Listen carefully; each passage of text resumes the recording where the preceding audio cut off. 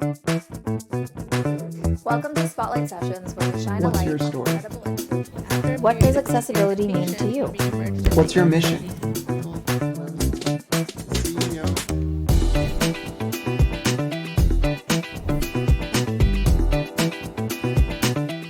Welcome all to accessiBe's Spotlight Sessions, where we shine a light on incredible individuals and organizations and the work that they do. I'm your host, Josh Basil. I'm a C4-5 quadriplegic, paralyzed below my shoulders, and a power wheelchair user.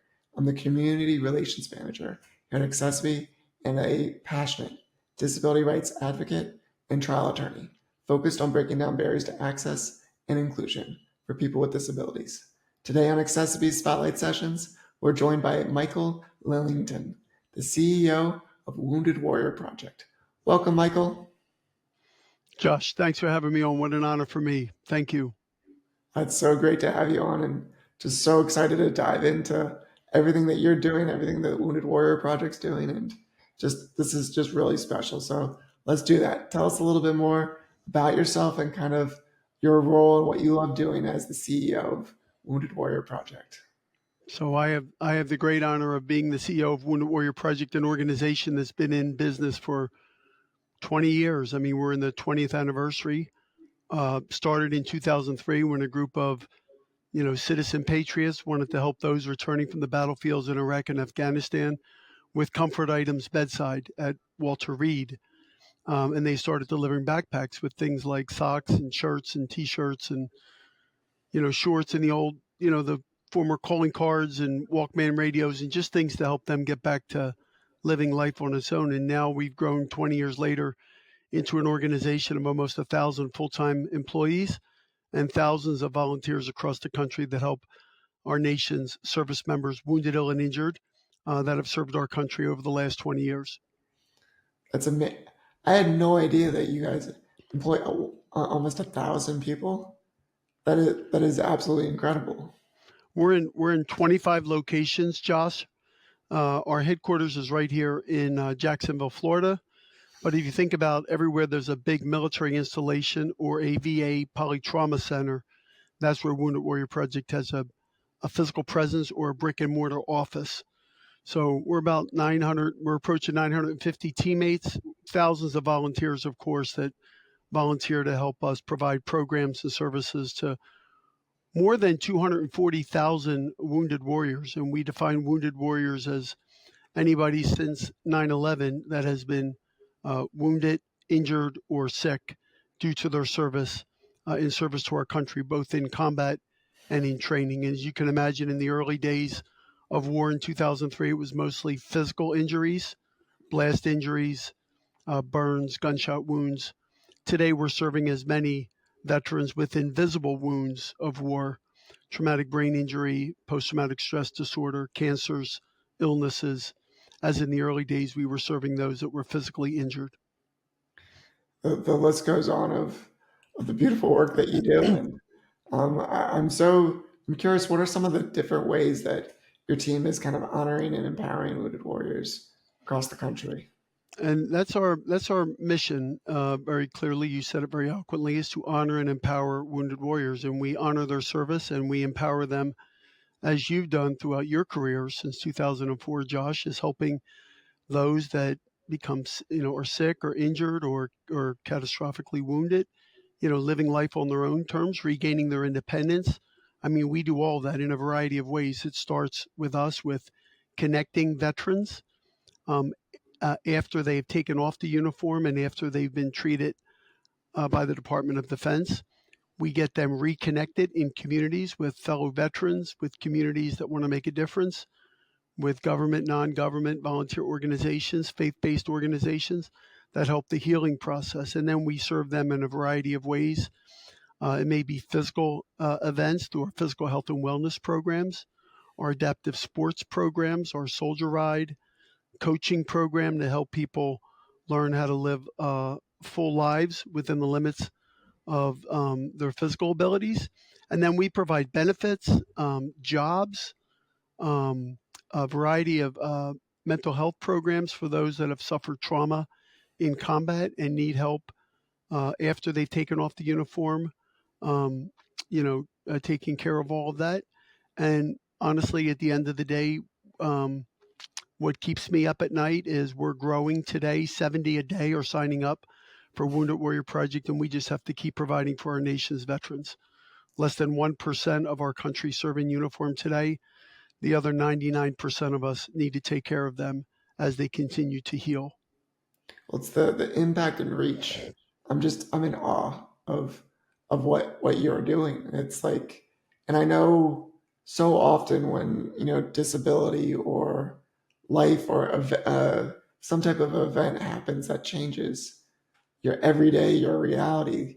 Like too often, families or persons, they end up finding isolation and stuck in the comfortable walls of their homes and kind of end up, falling through the cracks and become alone. And it's just everything that you are doing to honor and empower. It's that helpful hand that's reaching out at every single moment to make sure that they don't have to be alone on that journey. And it's just, I'm so glad that the Wounded Warrior Project came into existence. And you said 20 years ago, right?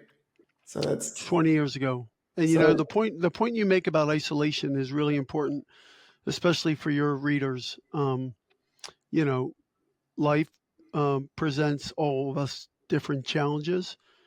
What do you do about it? Do you isolate or do you live life to its fullest? You're an example of living life to its fullest, despite a surfing accident in 2004. Many of our warriors, they didn't choose to get wounded or injured in combat or in training. But what do you do after that? So how do we continue to, inspire them and provide them the tools to be successful, live a full life, be parents, be spouses? It's my most gratifying moments in a 35-year career in uniform, and now on nearly 7.5 years at Wounded Warrior Project, is seeing the recovery that can take place with the right community connections, and it really starts with connection. and making those connections and those touch points and everything that you guys do, it comes with probably a lot of fun and empowering moments for you. I'd love if there was like a memory of a moment that's had a lasting impact on you that you could share with us, with your time. Well, there's dozens, Josh, as you can imagine. Two come to mind. One was an event we did just last January. We were riding from Miami Beach to Key West on one of our adaptive cycling events, and uh, to see folks, wounded veterans like yourself that have been, have SCI and can't pedal on their own or need adaptive technologies to help them. Just see the joy on their faces to be out there. We call it wind therapy, with the wind in their face, crossing the 7 Mile Bridge across the Keys to Miami, Florida, and then seeing the people that are out along the streets, kids and restaurant owners and clients cheering veterans that have given so much to our country. Those are the type of events that inspire me every day and keep me going. We also do a lot with caregivers, as you and I spoke about previously. Uh, for many of our wounded veterans, they want to stay at home. They want to continue to live life to its fullest and gain and live independent lives. And with the technologies available in the home, with a loved one to assist in the use of those technology, really makes a difference. Nobody wants to be in isolation. They want to live life, and it's all about living. And as you've inspired others, you need to step out of your comfort zone a little bit. I think that's fair to say that, because you never know what happens if you take advantage of those opportunities. There's no doubt. I'm a big believer in living with adventurous wheels. Just as a power wheelchair user, that living with adventurous wheels gets me out of my comfort zone and lets me experience the world around. Which, before my injury, I did things like a million different ways. After my injury, I now to get to do it 1 million new ways, 1 million different ways, and to be able to like actually have those experiences going forward. It's just there's so much to look forward to. And I know for wounded warriors across the country, it's not just impacting them. It's impacting, like you said, their family members, their loved ones, their caregivers. It takes a team, it takes a community, and I would love for you to talk a little bit more about the importance of community within your organizations and efforts. Community is probably the secret sauce, if there would be one, is um, not just a community of adaptive athletes or community of Army soldiers or community of Marines. Everybody has their tribe. That's the community they're probably most comfortable with. But when young people join the military, they come from a community, and when they take the uniform off, whether they've had a 3-year career or a 20-year career or an interrupted career and they're medically retired, they return to their community. So the community involvement in not just what we do, but what goes on in community, that's where the healing and the full living takes place. We put a lot of responsibility on the Department of Veterans Affairs for veterans that are injured or wounded or become sick, um, or catastrophically injured, and they do a very good job of taking care of them clinically. But really, the living part of that of life really comes from communities, and that's why what you do and what we do in communities, where we bring communities together to raise that quality of life and get the warriors out of isolation into living again, is so important. And the thing we struggle with mostly, Josh, is isolation, as you mentioned, isolation and stigma. I would say isolation among those that are physically injured, with disabilities, or stigma from those with, trauma that's invisible to the eye, whether it's post traumatic stress or traumatic brain injury, you know, helping those veterans understand that, it's a sign of strength to go get those invisible injuries taken care of, seen by a therapist, seen by a physician, uh, participate in events with other uh, veterans that have been through similar experiences. In many cases, those with the invisible wounds feel they're either not worthy or they haven't been physically injured, so they don't need to go get help. And it's really the opposite. Not only do they need to go, you know, get treatment that really works, but they also become role models like you are for other veterans to say, well, if Bill did it, then I can do it, or if Sally did it, then I can do it. So, you know, isolation and stigma, the two biggest challenges we face today. Well, it's that I think you said it so well, and it just that investment within yourself, it goes so much further. And like nobody's gonna fight harder for you than you're gonna fight for yourself. That's what I've learned as an advocate for life. And it takes that investment to realize that asking for help is not a weakness; it's a strength. It makes it so you don't have to be alone on this journey. And so much of like even in school, like I so often see people think of getting an accommodation as something that shows a sign of weakness to their professors or classmates. But it's so much further than that. Like it's creating an even playing field so that you could show what you can do, your unique skills and talents, so that they can come to light and be a part of the world. And it's just it's so often like it's not even really an accommodation of sorts. It's just a performance enhancer.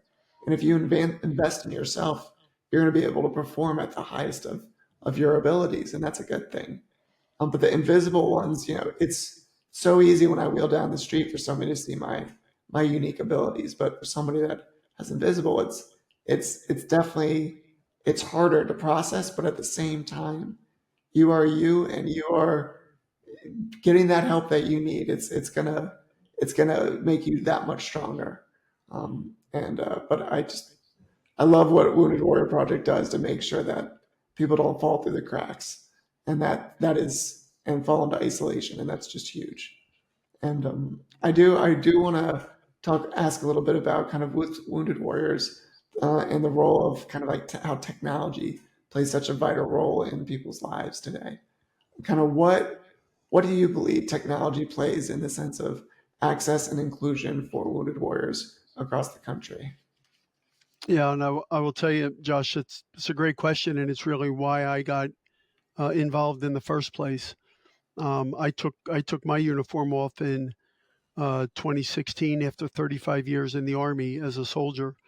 One of my last responsibilities was as the commander of the Military District of Washington, and as part of those responsibilities, we would help those coming off the battlefields in Iraq and Afghanistan, coming off of the military transport uh, aircraft that were, keeping them alive from Longeville Regional Medical Center to Walter Reed, and seeing the work that was done at Walter Reed at the MATC, which is it's really a center there at Walter Reed that brings all the technology to bear to help uh, at the time, active duty service members that were, facing amputations or injuries impairing their vision or speech or whatever the case may be, helping them with some of the adaptive technologies, see how quickly they could recover and overcome those physical injuries.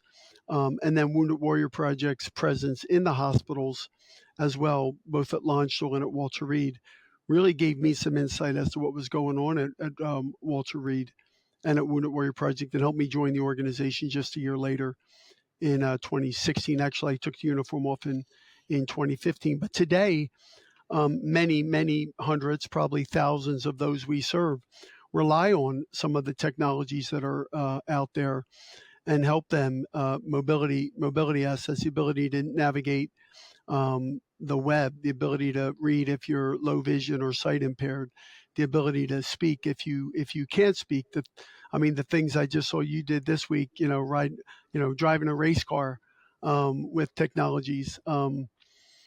I think we still have a long way to go, but I think we've made great enhancements the last 20 years, helping those with unique needs, unique abilities. The work we're doing right now with VA with exoskeletons and some of the new cutting edge prosthetics that are out there. Oh my gosh, Josh, it's like every year you're taking 10 years advancing the technology. And we have a special relationship with the Human Engineering Research Lab in Pittsburgh, Pennsylvania. Dr. Rory Cooper, who's a power user, wheelchair user himself, in charge of all that. The adaptations they're working on are really quite incredible, and they're even now using AI to help with some of that. So I do think in the next 10 years we're going to see even greater enhancements in the technologies that are out there to assist those with special abilities all around, not just in the veteran space, but all across the country. As technology evolves, independence just evolves and becomes uh, that much more powerful for our everyday lives and quality of life. It's amazing. Just I've been injured now 19 years, and just seeing how my independence has continued to grow. And it's really as big technology has come out to really change my day and to change my everyday life. Um, and I would love to ask you what message would you want to send to the big brands and businesses of the world around accessibility and inclusion? I would say, Josh, we've come a long way since the Americans with Disability Act was approved. I think now almost 30 years ago, but we still need to think of how we can be more inclusive in our workplace, in our businesses, for all citizens. And I would also say, we have to listen, right? You have two ears and one mouth for a reason, right? You have to listen to your workforce. You have to continue to provide opportunities for those that want to join your workforce, and an inclusive workforce is a great workforce. If we're not inclusive in the workplace, then we're clearly not at our best every day. Well said. Well said. And Mike, I cannot thank you enough for your time today and for being our guest on accessiBe's Spotlight Sessions. This is so much fun, and I just love what you're doing, your insights and your work and the services you provide. you've given so much, and I cannot thank you enough. Well, you too, my friend Josh. I look forward to seeing you soon, and maybe it'll be on a racetrack someplace or an event where we're riding from Key West to Miami in the other direction or something. But look forward to seeing you in the future, Josh. And thanks for what you do at accessiBe. It's really important to ensure that all of our citizens have access to the web in a way that we've enjoyed, for decades ourselves. Thank you so much, Mike. And yes, whenever we'll get together in the future, we'll be doing something fun and turning some heads, which Absolutely. is the best way to do it. And to all of our guests, thank you so much for staying to the end of accessiBe Spotlight session. Make sure to hit that subscribe button and follow us at accessiBe_community. And as always, thank you so much for being on this journey with us. Bye, everyone. Bye, Mike.